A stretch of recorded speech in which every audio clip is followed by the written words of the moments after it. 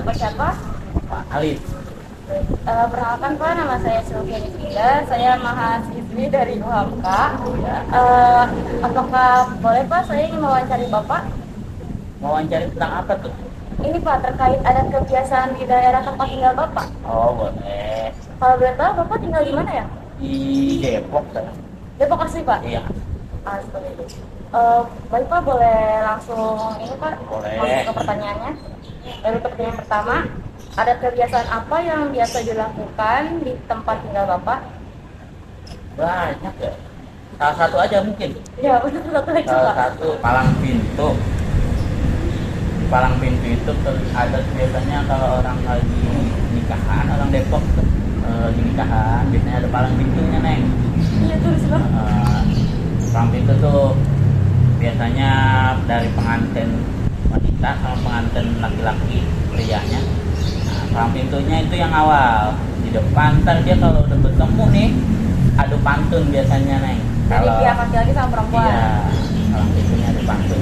Nanti kalau udah adu pantun biasanya kalau palang pintunya dari pengantin laki-lakinya menang, baru boleh lanjut masuk ke dalam. Berarti kalau misalnya pihak laki-laki kalah, Ya biasanya menang sih itu kan. oh biasanya menang. Jadi atur. Baik, untuk pertanyaan kedua ya Pak. Apakah adat tersebut masih berjalan sampai saat ini? Masih berjalan nih saat ini. Sampai sekarang masih biasa berlanjut. Cuman memang perjalanannya nggak semua orang bisa dipakai. Yang tahu banget biasanya pakai. Apakah adat tersebut mengalami perubahan seiring berjalannya waktu Pak? Nah itu perubahannya itu jadi kalau dulu biasanya tambahin silat-silat nih. Silat-silat, adu silat, adu pantun juga. Nah sekarang biasanya ada yang adu silat doang, ada yang adu pantun doang. Adu silatnya itu dulu kayak gimana Pak? Adu silat biasa tanding lawan Antara perempuan sama laki-laki? antara pesilat dari laki-laki dan pesilat dari perempuan itu palang pintu itu. Apakah ada pro dan kontra dengan tradisi tersebut? Sejauh ini sih nggak ada. Itu namanya kan budaya dari dulu dilakukan, ya senang-senang aja masyarakat jadi menikmati. Nah, pertunjukan itu budaya namanya. Bagaimana cara Bapak untuk mempertahankan budaya tersebut agar tetap lestari Pak? Nah, cara mempertahankannya kita jalanin terus. Tiap ada yang bisa, biasanya yang tahu banget nih, kita saranin dia pakai itu ada namanya palang pintu biar lebih jelas artinya dari mana ya tahu gitu biasanya.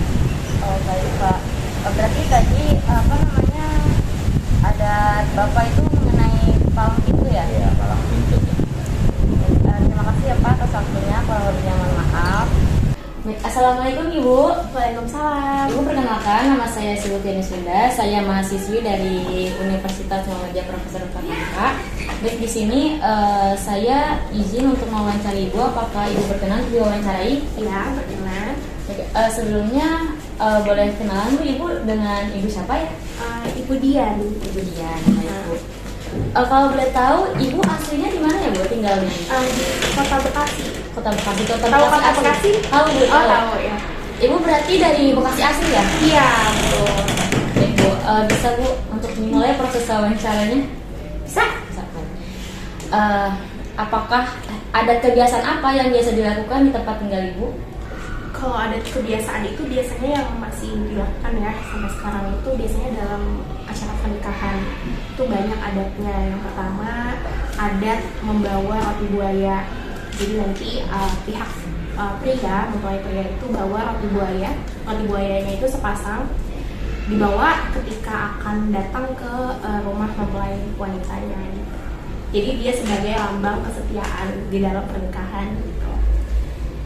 Baik, apa tradisi tersebut masih berjalan sampai saat ini? Kalau tradisi sampai saat ini masih berjalan karena roti buaya kan maksudnya simple ya gitu, nggak memberatkan juga, paling harganya juga berapa gitu, jadi masih berjalan. Apakah ada perubahan dengan tradisi tersebut? Kalau untuk roti buaya itu nggak ada perubahannya, masih sama dari zaman dulu sampai zaman sekarang. Cuman ada lagi tradisi lainnya selain bawa roti buaya, itu namanya tradisi kalau nggak salah kadungan atau kedungan gitu. Jadi nanti mempelai pria itu bawa yang namanya peralatan rumah tangga ke rumah mempelai wanita. Nah, cuman karena sekarang itu kan agak ribet ya, yang namanya bawa lemari, bawa meja, dan lain sebagainya.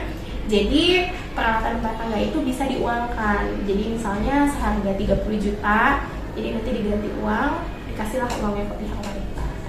Apakah ada pro dan kontra Bu dengan tradisi tersebut? Kalau pro dan kontra dalam sebuah tradisi itu pasti ada ya. Cuman ya masih tetap dijalanin gitu, karena kalau kontraknya itu mungkin karena dari segi biaya kadang terlalu memaksakan ya kesannya yang namanya tradisi kedungan itu, jadi banyak yang meninggalkan juga kadang. Ya, baik, bagaimana cara Ibu untuk melestarikan budaya tersebut agar tidak hilang? Kalau untuk melestarikan pasti mau nggak mau kita harus melakukan ya, jadi harus dilakukan secara terus menerus dari generasi ke generasi. Jadi nanti suatu saat nanti jika kita punya anak atau punya keluarga atau bahkan kita nih yang akan menikah, pasti mau nggak mau harus menjalankan tradisi itu. Baik, terima kasih banyak ya Bu untuk sahabat-sahabat. Assalamualaikum Ibu. Waalaikumsalam. Ibu, perkenalkan, nama saya Sylvia Misila, saya mahasiswi dari UHAMKA. Baik, di sini tujuan saya ingin mewawancarai Ibu. Apakah Ibu berkenan untuk diwawancara Ibu? Berkenan Ibu. Baik Bu, kalau boleh tahu saya bicara dengan Ibu siapa? Dengan Ibu Rizkia. Ibu Rizkia, Ibu tempat tinggalnya di mana ya Bu? Saya tinggal di Kota Bekasi. Baik, Ibu asli Bekasi? Saya ya tinggal di Bekasi, tapi kedua orang tua saya, ayah dan ibu saya berasal dari Sumatera Utara. Orang tua asli Batak? Iya, ayah saya berasal dari suku Mandailing, kalau ibu dari Tapanuli. Kalau boleh tahu marganya apa ya Bu? Abangnya saya Nasution. Baik, ini udah boleh langsung wawancara? Boleh. Adat dan kebiasaan apa ya Bu yang biasa dilakukan di tempat tinggal Ibu? Adat dari Sumatera Utara yang paling sering dijalankan itu. Dan kebiasaan apa ya Bu yang biasa dilakukan di tempat tinggal Ibu? Adat di Sumatera Utara kan banyak ya Kak ya, Iya. tapi yang biasa, yang sering masih sampai saat ini dilakukan itu biasanya adat istiadat dalam pernikahan.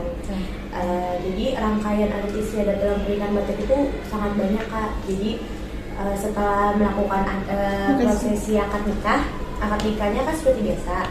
Setelah itu pengantinnya memakai baju adat Mandailing. Kalau setelah akad ya kan, biasanya kalau akad biasa kan, akad biasa formal. Setelah itu jadi punggung nak.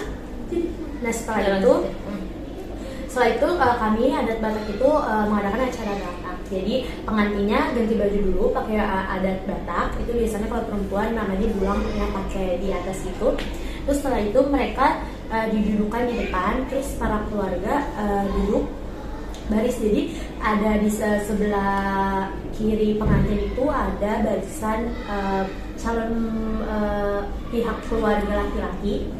Terus yang sebelah kanannya berarti pihak calon wanita. Dan di depan-depannya itu biasanya saudara-saudara dari tulangnya dia dan tulangnya dia atau dari keluarga-keluarga yang lain. Nah, setelah itu di depan pengantin itu ada nampan yang berisi makanan. Jadi makanan itu Kak, itu ada nasi, ada kambing 1 ekor dipotong, terus ada ikan emas, terus setelah itu ada udang, terus ada telur rebus serta garam dan wortel lainnya. Nah setelah itu, jadi sebelum pengantin itu dikasih makan, jadi pihak dari semua pihak keluarga itu memberi nasihat Kak. Jadi seperti mengucapkan selamat atas pernikahannya pihak pernikahan pengantin, terus memberikan doa, memberikan selamat gitu. Jadi biasanya dimulai dari keluarga pihak laki-laki, nanti seterusnya sampai ke tulang, sampai ke tulang, sampai ke keluarga pihak wanita. Setelah itu, setelah mereka memberi nasihat, pihak keluarga ini maju untuk memberi makan pengantinnya. Jadi mereka mengambil makanan yang tadi dimakan. Iya, jadi pihak keluarga menyuapi pengantinnya. Oh, jadi dari pihak orang tuanya ya? Dari orang tua, iya. Yang pertama dari orang tuanya dulu, orang tua dari pihak pengantin laki-laki, kemudian pihak perempuan, Habis itu menyuapi, terus disuapin. Nah setelah itu sampai keluarga-keluarganya kan nanti Kak, sampai tulang ya, sampai tuanya, sampai baunya, pokoknya sampai semua keluarga menyuapinya gitu. Tapi tidak semuanya, hanya perwakilannya saja. Misalkan dari tulangnya hanya 3 orang atau dari tulangnya hanya 5 orang. Jadi tulang itu sama dengan om Kak. Jadi tulang itu om dari keluarga ibu. Jadi panggilnya tulang atau tulang seperti itu. Terus setelah mereka dikasih makan, biasanya dari pihak keluarga ada yang memberikan hadiah, bisa hadiah perhiasan atau biasanya alat masakan. Jadi alat masak ini sebagai pertanda hadiah juga dari pihak keluarga, sama pertanda kalau bahasanya tuh apa ya Kak, kalau misalkan nanti ada yang rusak boleh diganti gitu loh Kak. Misalkan kalau misalkan nanti ini kita kasih seperangkat alat masak Kak. Jadi ada panci, ada piring, ada gelas, ada sendok seperti itu. Jadi kalau misalkan nanti ini buat kalian, nanti kalau misalkan rusak atau apa bilang ke tulang atau non tulang kayak gitu. Terus setelah udah memberi nasihat, memberi selamat, dikasih makan, habis itu ada cara mengulusi Kak. Mengulusi itu biasanya apa Bu? Mengulusi itu Kakak tahu kain ulos? Iya, tahu. Gitu. Nah itu diberi ke pengantin. Jadi itu dari simbol apa? Itu memang adatnya seperti itu Kak. Nah biasanya setelah itu Kak, setelah acara adat memberi nasihat itu namanya mengulusi. Jadi pengantin ini diulosin sama pihak keluarga mempelai wanita sama mempelai pria. Jadi dia dikasih ulos gitu Kak. Yang istrinya biasanya ulos itu ada nama pengantinnya Kak. Jadi misalkan nama pengantin perempuannya sama nama pengantin laki-lakinya itu ada di nama ulosin itu Kak. Jadi gitu. Terus biasanya disetel kalau misalkan yang menikah itu yang orang Batak itu perempuan, biasanya dia itu disetelin lagu Buru Pangguaran. Jadi Buru Pangguaran itu jadi ini artinya tuh kayak ini anak perempuan saya gitu. Kalau misalkan kalau anak laki-laki yang orang Batak yang menikah itu pasti ulosin biasanya. Tolong teleponin Hanifah dong.